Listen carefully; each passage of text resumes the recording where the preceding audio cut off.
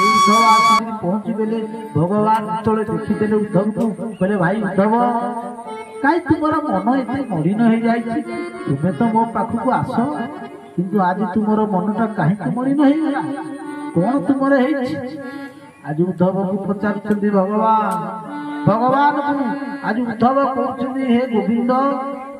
मुझे कौन शुणुची आम आखि आगे जदुवंशी की ब्रह्मशाप लगिला अथच तुम्हें जान तार किसी निराकरण कर प्रभु सतरे कौन मुझे शुणुची तुम्हें वैकुंठ चढ़ी भगवान उद्धव कहते उद्धव तुम्हें जहाँ कौच अक्षर अक्षर सत्य कहीं देख ये संसार मोर पिला माने मोर नगरी को सब परिश्रम करी कली तथापि मोर लोभ नाई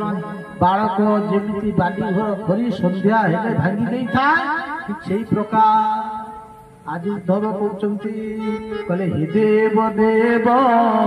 निरंजन हे पुण्य श्रवण कीर्तन गोविंद गोविंद गोविंद अद्भुत श्रुति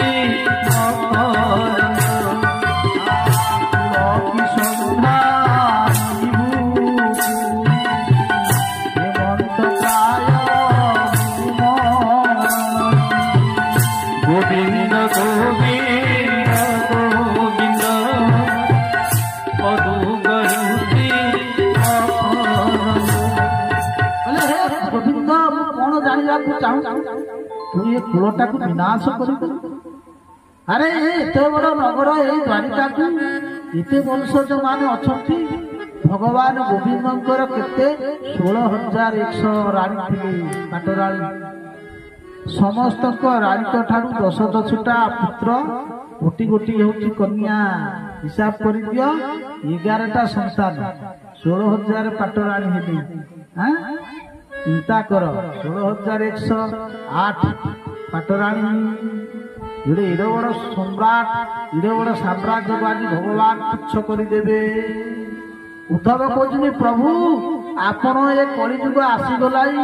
आपण आज आमको छाड़ी चलीजे भगवान को उद्धव भाई तुम्हें जहाँ कहूच एकदम सत्य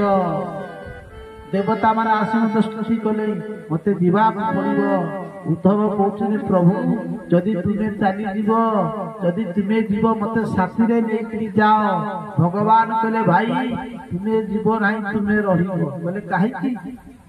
कहले भगवान उद्धव कहते प्रभु जदि तुम्हें चलीज कलिजुग आसब कलिजुग लोक मैंने कलुषित होइजिबे।